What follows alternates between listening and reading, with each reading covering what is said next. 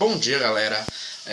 Uma ótima sexta-feira para todo mundo. Bom dia, boa tarde, boa noite. Não sei que hora você está vendo esse vídeo, né? A gente está próximo de complementar Brasil Colônia, né? A gente já viu aí os aspectos da cana-de-açúcar, a gente já viu a distribuição social, a gente já viu também a crise do açúcar, União Ibérica, invasão holandesa, né? Drogas do sertão, né? Bandeirantes, que dá início ao ciclo do ouro, que é o próximo assunto que a gente vai ver. E para a gente finalizar Brasil Colônia, né, a gente tem o ciclo do ouro, que a gente vai falar um pouquinho aí sobre esse período aí, principalmente o século XVIII, né, e a decadência no final do século XVIII, é praticamente um século de expansão e depois uma queda muito drástica, e aí surge o café para salvar um pouco da economia brasileira.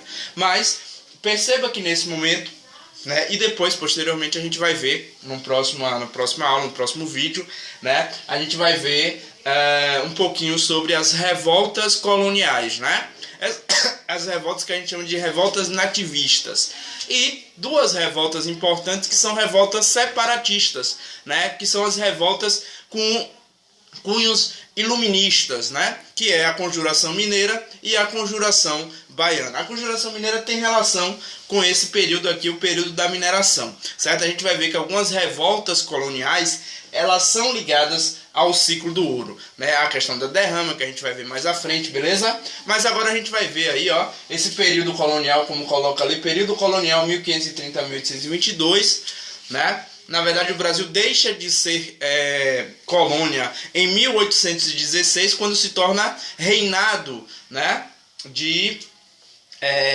1816 não, perdão, 1820, logo quando, 1815, 16, é mais ou menos isso mesmo, 1816, quando Napoleão é capturado lá, e vai ter uma relação toda com isso, para que Portugal participe da divisão das colônias francesas, né, do que Napoleão havia perdido ali, porque ele havia sido preso, né. Você tem ali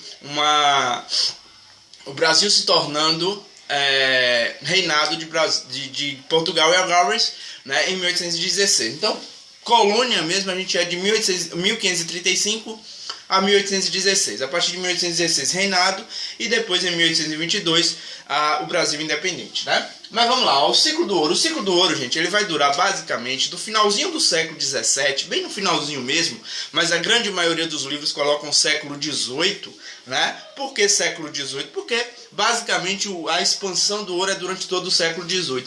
Mas, mais precisamente, né, em 1693, esse é o ano específico onde é encontrado o ouro, né, no território que hoje é Minas Gerais, né, no território lá, o ouro chamado de ouro de aluvião, que a gente vai ver daqui a pouquinho, e que teve a participação dos bandeirantes. A gente viu no último vídeo dos bandeirantes, quem assistiu o vídeo, né, que os bandeirantes, eles são importantes nesse ciclo do ouro. Eles são importantes nessa constituição, dessa transferência da administração para o Sudeste. Porque os bandeirantes tinham a função de encontrar metais preciosos, que era o grande objetivo de Portugal desde quando se instalou no Brasil em 1500, certo? Beleza? Mas aí a gente vai ver o período o ciclo do ouro, né?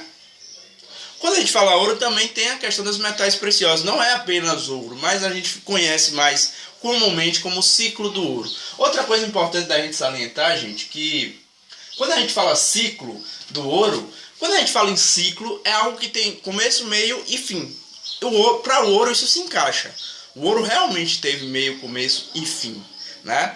Talvez para o açúcar não, por isso que muitos historiadores detestavam, alguns professores na faculdade detestavam quando a gente falava ciclo do açúcar, né? Porque o açúcar ele não teve um ciclo, ele não teve começo, meio e fim. O açúcar ele continua, inclusive continua ele teve altos e baixos, mas ele continuou sendo, mesmo durante o seu auge, mesmo durante a sua crise, ele continuou sendo o principal produto de exportação. Ele continuou sendo o nosso principal produto econômico. Ele só muda isso quando o café surge. Mas não é o fim do açúcar. Então muitos historiadores, né, eles não gostam desse termo ciclo do açúcar, né? Ciclo do ouro se encaixa. O ciclo do ouro se encaixa porque o ouro teve um período ali basicamente 100 anos ou até menos de 100 anos, e foi. O açúcar não, o açúcar praticamente predominou durante toda a nossa colônia, né? Então por isso que muitos historiadores não concordam com esse termo ciclo do açúcar. A gente usa, mas tem muitos aí que não gostam, né? Mas vamos embora aqui, né? Ouro de aluvião, né?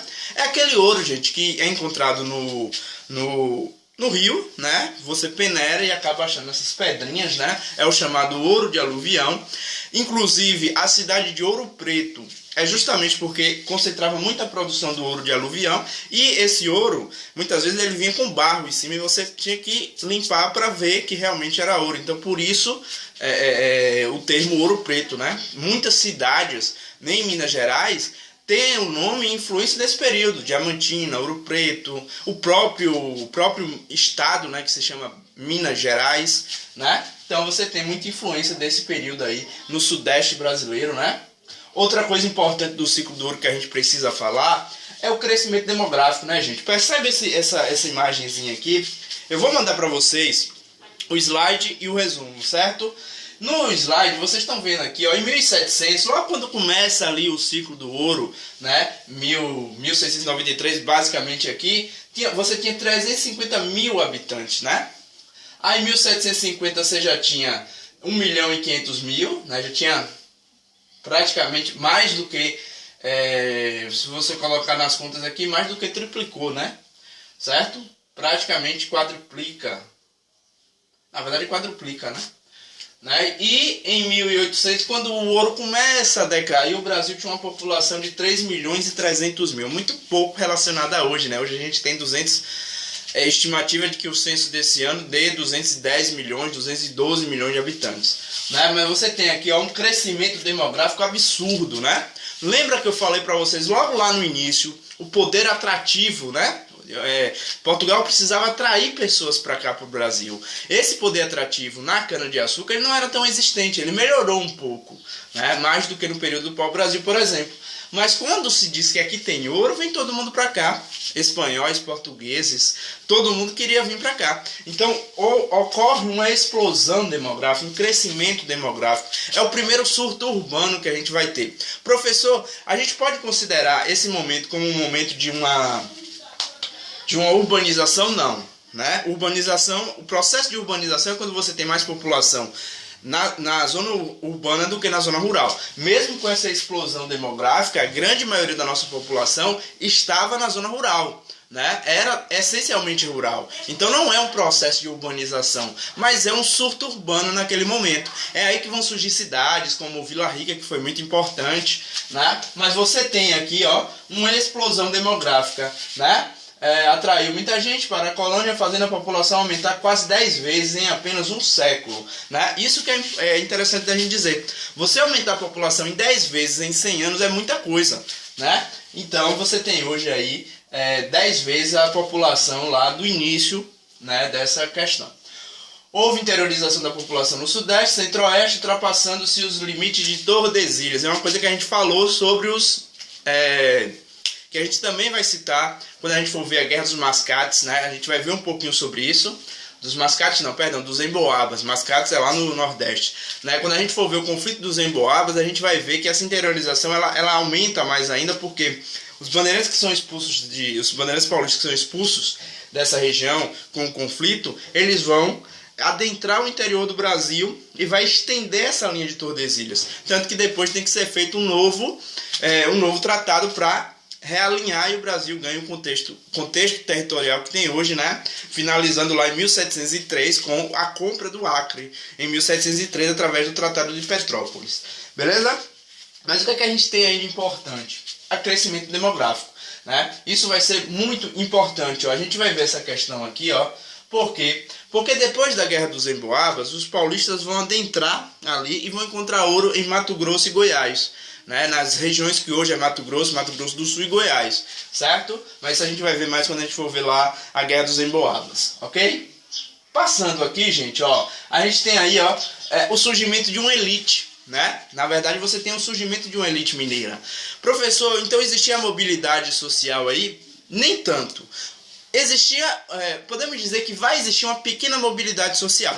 Nada comparado, por exemplo, a outros períodos, né? Mas existe, comparado ao açúcar, por exemplo, você tem aí uma possibilidade de uma evolução social, né? Que não era muito normal, né? Não vou dizer aqui também que era comum, né? Mas existiu sim uma certa mobilidade, uma pequena mobilidade social, diferente do açúcar que não permitia isso. A sociedade açucareira é totalmente estratificada. Aqui também não estou dizendo que aqui também foi aquela coisa de mobilidade, né? Muita gente, não é bem assim, mas ocorreu uma certa, um pouco mais de mobilidade social. Aqui surge uma elite mineira, né? E essa elite mineira, os filhos dessa elite mineira vai estudar fora do Brasil, né? Vai ter contatos com as ideias iluministas, né? As ideias da Revolução do Porto lá em 1820, as ideias do iluminismo que já está tomando conta do mundo. E aí que a gente vem a ter as nossas revoluções iluministas, né? Conjuração mineira, conjuração baiana, muito por conta dessa galera que vai para fora e traz essas ideias para o Brasil. Beleza? Então o surgimento de uma elite também é importante, né? Outra coisa importante, ó, a população em Minas Gerais ela é essencialmente negra nesse período, ó. Se vocês perceberem aqui, não está muito nítido não, que eu sou bem ruim de slide mesmo, mas dá para perceber, né? Olha, 52% de negros, né? 26% de pardos, eu não concordo muito com esse termo pardo, parece que é envelope, e 22% de brancos, ou seja, o Brasil ele é essencialmente negro, principalmente pelo seu sistema de trabalho, pela escravidão. Professor, existia escravidão na mineração? Sim, existia, né?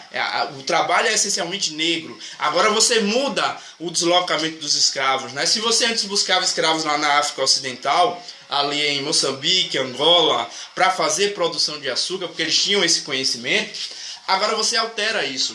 Você passa até agora os negros daquela região dos lagos ali, né? Da atual Nigéria, aquela região mais ao norte, certo? Que era a galera que tinha conhecimento dessa prática de mineração. Então você tem uma população essencialmente negra, né? Escravidão vai ser utilizada, lógico, certo? Então você tem ali uma população essencialmente negra nessa região de Minas Gerais, ok?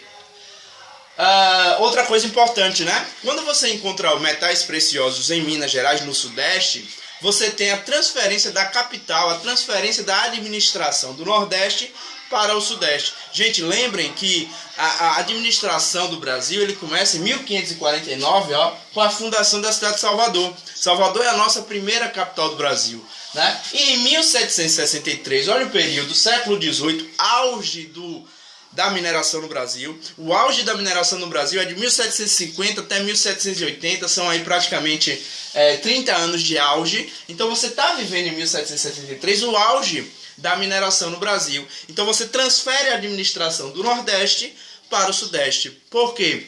Para que fique próximo de uma zona de escoamento, que vai ser justamente o Rio de Janeiro. Essa produção aurífera, ela era feita a partir do Rio de Janeiro. Beleza? Então você tem aí a transferência. Saiu Brasília aqui, mas não tem nada a ver agora no momento. Depois a gente usa até de novo essa foto aí pra gente falar um pouquinho lá da década de 60 no Brasil, a República do Brasil, certo? Que é a transferência para Brasília, mas isso é bem depois. Eu estou trazendo só essa questão aqui de Salvador para o Rio de Janeiro. É aí que o Nordeste passa de certa forma a ser esquecido, passa a ser cobrado altos impostos do Nordeste. É aí que vão surgir várias revoltas no Nordeste por conta disso, certo? O Nordeste é esquecido, o Nordeste de certa forma é deixado de lado por conta da mineração, ok? E a grande questão é que depois da mineração, quando a mineração de certa forma entra em decadência, você não volta para o Nordeste para a questão do açúcar, porque surge o café em São Paulo. E aí o café vai ser o grande produto, né, do Brasil, inclusive sendo o acúmulo de capital para a nossa industrialização vindo da produção do café, certo? Aqui, gente, uma questão importante. Esses impostos aí vai gerar algumas revoltas que a gente vai ver lá na frente, as revoltas coloniais que a gente chama, né? Primeiramente, você tinha que ter um sistema de fiscalização, né? O senhor não podia ficar à vontade. O primeiro sistema de fiscalização que vai ter sobre esse ouro, né, é a Intendência das Minas, ó, 1702, ó, órgão criado por Portugal para administrar a região das Minas. Era um órgão que não funcionava muito bem. Por quê? Porque Portugal passou a perceber que estava existindo, né? Você tinha que ir lá registrar esse ouro e separar o quinto. O quinto é outro imposto que era dado à coroa portuguesa, né? O quinto é um quinto, né? Se você dividir 1 por 5, o Edson pode fazer isso, vai dar 0,20, vai dar 20%, né? Então 20% de todo o ouro do Brasil arrecadado no Brasil ia para Portugal. Fora alguns outros impostos, além do quinto, tinha alguns outros impostos, como por exemplo a captação, né? Que era de acordo com o número de escravos que o minerador tinha. A depender do número de escravos que ele tinha que pagar um imposto a mais. Então eram muitos impostos em cima desses mineradores, né? E o quinto é um dos mais conhecidos, 20% da produção ia para Portugal. Só que nessa questão da intendência das minas de apenas registrar, né? Você muitas vezes tinha um contrabando aí, né? O contrabando, muita gente declarava, por exemplo, eu não sei aqui a quantidade de ouro que se acha, mas por exemplo, vamos dizer lá, 20 quilos. Né? O cara achou 20 quilos, só declarou 10. Portugal, só achei 10. Então você tirava 20% desses 10. Só que os outros 10 ele já tinha sonegado praticamente. Ele tinha desviado, tinha feito um caixa 2 aí. Né? Isso era muito comum no Brasil demais. Né? Então, Portugal passa a perceber isso e, de certa forma, ele torna mais firme essa fiscalização, certo? Vamos ver aqui algumas coisas, ó. As datas, né? Era a divisão dos lotes. Os lotes eram divididos em datas, certo? O quinto, 20%, a gente já falou aqui. E aqui surge, gente, aqui sim surge um sistema de fiscalização mais rigoroso, que é a Casa de Fundição. A Casa de Fundição em 1720, gente. O que é a Casa de Fundição, professor? O ouro encontrado nessa região, ele teria que, para não ser contrabandeado, lembrem do seguinte, existe uma curiosidade. O santo do pau oco, né? Quando a gente fala, fulano é santo do pau oco, ou seja, a gente está dizendo que ele é falso, né? Que ele não presta, que ele está só fazendo uma imagem ali de gente boa, mas ele é gente ruim, é santo do pau oco. Quem já ouviu esse termo vem desse período. Porque para contrabandear, muitos usavam o fundo dos santos, né, oco, e colocava ouro dentro para contrabandear. Por isso que é santo do pau oco, ou seja, por dentro era oco, eles colocavam ouro e contrabandeavam nessas imagens. Até porque muitas vezes não se fiscalizava essas imagens, porque imagem é coisa santa. Então eles utilizavam essa meta, né? Então você cria a Casa de Fundição. O que é a Casa de Fundição? Todo ouro encontrado na colônia teria que ser derretido, colocado em tipo um tablete e com o selo da coroa. Qualquer ouro que não tivesse esse selo da coroa era contrabando. Então fica mais fácil de você perceber que ouro está sendo contrabandeado. Você dificultava o contrabando nesse período com a Casa de Fundição, né, em 1720, ó. Olha a captação, 1735, imposto sobre escravos, é o que eu falei. A depender da quantidade de escravos que um determinado minerador tivesse, ele tinha que pagar um imposto a mais. Além do quinto, tinha essa captação, né?